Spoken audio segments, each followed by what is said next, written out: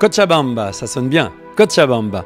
Là, on est à la sortie de Cochabamba, nous allons vers Calientes. Calientes, c'est à 4005 ou 4600 mètres d'altitude, c'est beaucoup. L'avion s'est posé la veille au soir, donc là, on est le lendemain matin, dans une voiture qui va nous monter très très vite dans ce village de Calientes à 4500 mètres. Et moi, vraiment, j'ai été malade, j'ai souffert du mal des montagnes, mais beaucoup. J'étais très malheureux, vous le verrez à la fin du reportage. On est là avec agronomes et vétérinaires sans frontières et on se demandait pourquoi des gens étaient venus habiter là.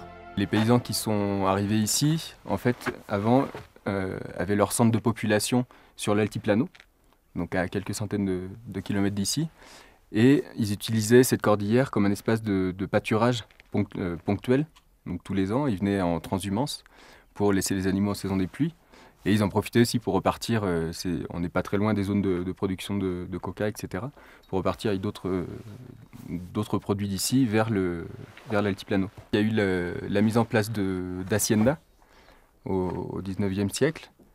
C'est pas vieux du tout, Non, c'est pas vieux, de grandes haciendas, donc des grands propriétaires qui avaient tout un territoire. Et donc les paysans, les éleveurs qui venaient qui venaient en transhumance chaque année, petit à petit ont été obligés de s'établir ici de manière permanente, dans la mesure où ils étaient obligés de payer des impôts pour pouvoir rentrer sur un territoire qui avant n'avait pas de propriétaire au sens où ça s'est établi avec les... C'est le territoire qu'on voit derrière toi. Voilà, c'est ça. Il y a un impôt pour traverser ça. Exactement. Ah.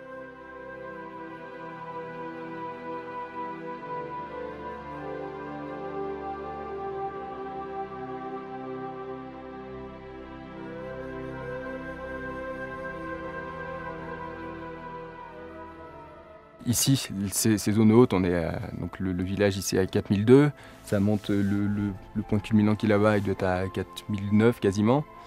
Et donc on est sur des espaces très hauts où l'agriculture n'est pas forcément... C'est impossible en termes de... Il y a 200 jours de gelée par an, donc c'est un peu dur de faire Même pour la l'agriculture. pomme de terre. Même pour la pomme de terre. Mais après, il y a des endroits justement qui sont un peu plus protégés, qui sont un peu plus bas.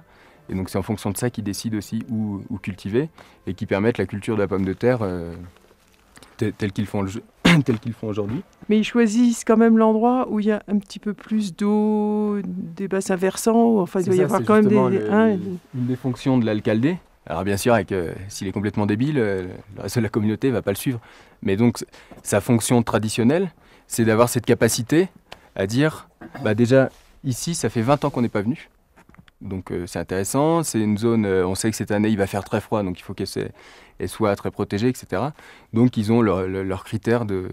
En primer lugar, quiero saludarles a ustedes como de la visita desde la Francia. Gracias por la visita en primer lugar, yo les felicito a ustedes por visitarnos a nuestra comunidad Putucún.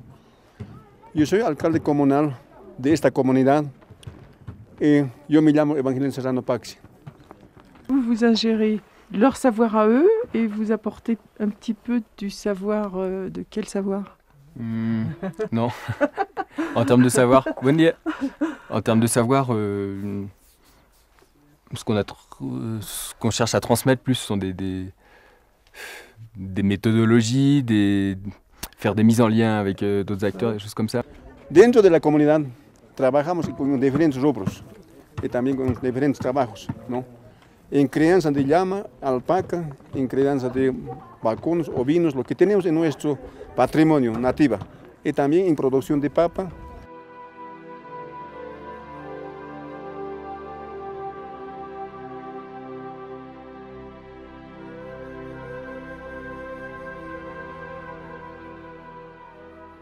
Ici, ce sont des éleveurs, mais la pomme de terre est en train de, ça fait déjà plusieurs années, en train de se développer de manière forte pour alimenter le marché de Cochabamba, donc la ville, le marché urbain, et un peu d'autres régions, mais surtout le marché de Cochabamba. Et la production de pommes de terre, c'est la production de rente. C'est ce qui est le plus rentable, qui fonctionne pas trop mal. Et donc, il y a une avancée de plus en plus forte de la frontière agricole sur des zones qui étaient traditionnellement des zones de pâturage. Donc on a une espèce de mise en concurrence sur l'usage de l'espace qui fait que l'élevage a tendance à diminuer, ou du moins à moins... L'élevage de la mât, d'alpaca et de brebis a tendance à rentrer en conflit avec la culture de la pomme de terre. Donc ce qui n'est pas simple dans la mesure où la pomme de terre, c'est ce qui est rentable. Mais si ils perdent l'élevage, leur système commence à rentrer en crise.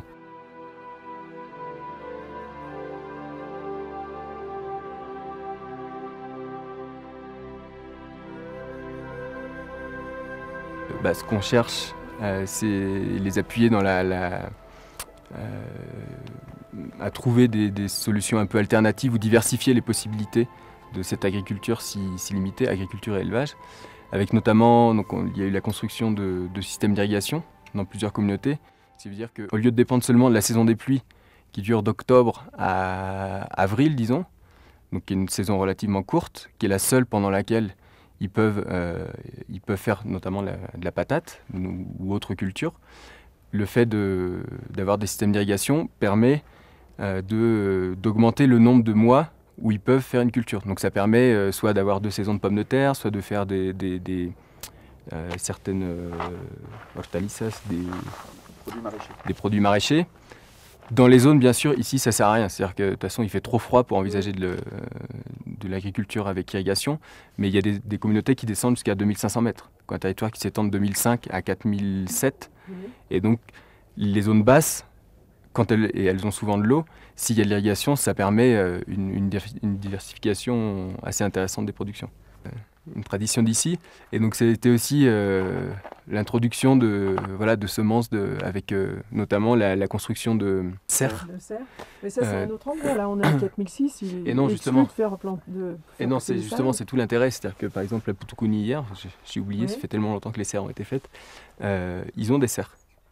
Et du coup, même à leur alimentation ou c'est pour leur oui, parce qu'on parle de 20 mètres carrés. Donc c'est pas. Et justement, la logique, c'est qu'il y ait une diversification alimentaire, et là, qui est possible toute l'année. C'est-à-dire que même quand ça gèle dehors, dedans, ça gèle pas, et la journée, il y a une telle insolation. Et s'ils ont l'eau, on parle pas d'irrigation à ce niveau-là, c'est toujours. C'est de la micro-irrigation, donc ça, c'est près de leur maison. Enfin, il y a toujours une solution. Donc ça, c'est aussi. Même si c'est pas à grande échelle, mais bon, c'est des choses, des alternatives. Ouais, c'est du jardinage. Et une autre alternative a été celle de SL, parce c'est un processus long, de l'artisanat textile. Donc parce qu'ici, comme je vous disais, il y a des alpacas, des lamas et des brebis.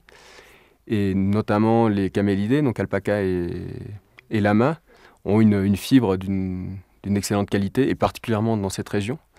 Il y a eu des études de fait sur la fibre. Et parallèlement à ça, il y a un marché pour ce genre de produit qui est en demande, vraiment. Et dans les pays développés, c'est carrément un marché de luxe. Oui, tout à fait. Ça, du fait qu'il y a un marché, il n'y a pas de problème. La difficulté, c'est plus justement de produire, parce que la laine en brut, quand ils la vendent en brut, et de fait, c'est ce qu'ils font, ils la vendent à des prix complètement dérisoires. Et après, c'est utilisé par d'autres agents économiques qui, là, en retirent un bénéfice énorme.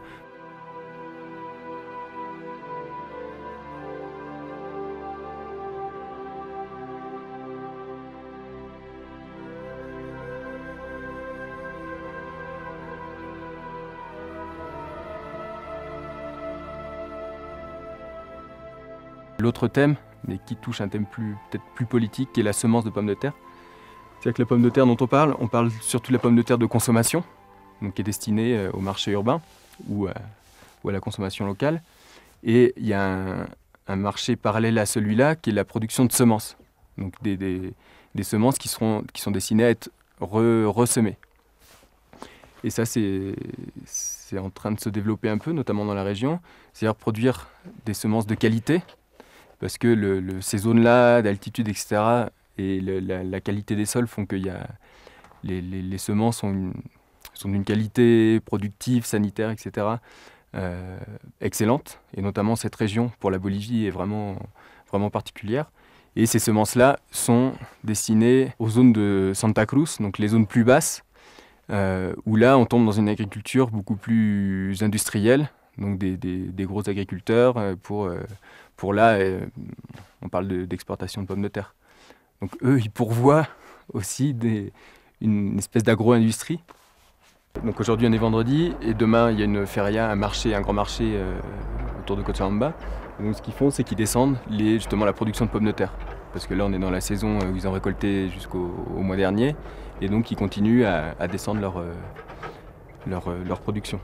Donc il y a un camion pour chaque commune, ils ramassent les pommes de terre, ils vont vendre. Non, là c'est un peu plus sauvage déjà. C'est-à-dire qu'il n'y a pas une organisation. Bon, il y a quelques organisations de producteurs, donc notamment celle de semences. Mais après, pour la commercialisation, pour le regroupement des pommes de terre, il n'y a pas une organisation qui dit bon ben voilà, nous on a notre camion et on s'organise en fonction de ça. C'est des gens qui ont réussi à avoir la capacité financière pour s'acheter un camion, qui est un peu ici le moyen de sortir aussi, un moyen de diversifier son activité, s'acheter un camion et du coup les gens qui veulent descendre leur cargas, leur production le font. Donc c'est lui qui vient avec son camion chercher les pommes de terre. C'est des gens qui sont des communautés, mais ils passent et bon, en général voilà, le camion qui est telle communauté, c'est lui qui va descendre les productions. La route est longue hein, pour aller vendre ses pommes de terre. Bah, eux, si en partant d'ici, c'est 5 heures de route. Ouais. Et c'est sur des routes qui sont dangereuses, où il y a régulièrement des camions qui tombent dans le ravin. Et pour les communautés qui sont encore plus loin, si on parle d'une quinzaine d'heures, voire plus si la route bah, elle est toujours mauvaise, mais s'il y a un problème avec le moteur, s'il y a un problème avec la roue, ou quoi que ce soit. Ici, un truc qui est critique, c'est que là, ils vont tous avoir de l'argent dans les poches parce qu'ils sont sur les marchés. Et petit à petit, ça va diminuer. Il va falloir qu'ils achètent des nouvelles semences pour ceux qui doivent en acheter, différentes choses pour l'école, etc. Et quand ils arrivent pour tenir jusqu'à la saison suivante, c'est très critique. Ils sont financièrement, ils ont du mal à suivre. Et c'est notamment pour ça qu'ils font du chugno. Donc on voit, c'est la saison là, c'est-à-dire où ils déshydratent la patate pour pouvoir la conserver des années.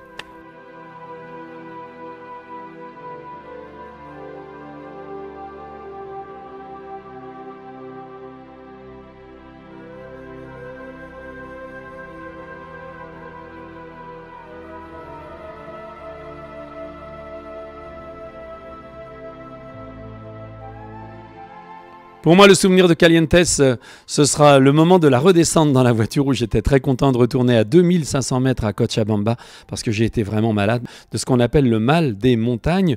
Donc, ne faites pas comme moi. Ne vous précipitez pas le lendemain matin de votre arrivée vers 4500 ou 5000 mètres d'altitude. Prenez une journée de repos et vraiment faites attention, c'est très, très, très dangereux. Mais c'était tout de même magnifique.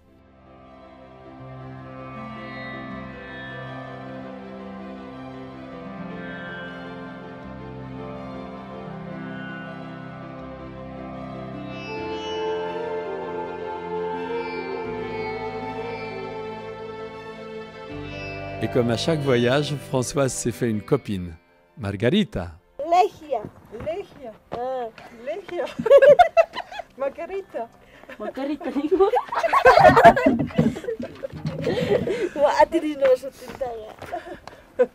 Ook geen soort. Ook naar de nog fosfor nog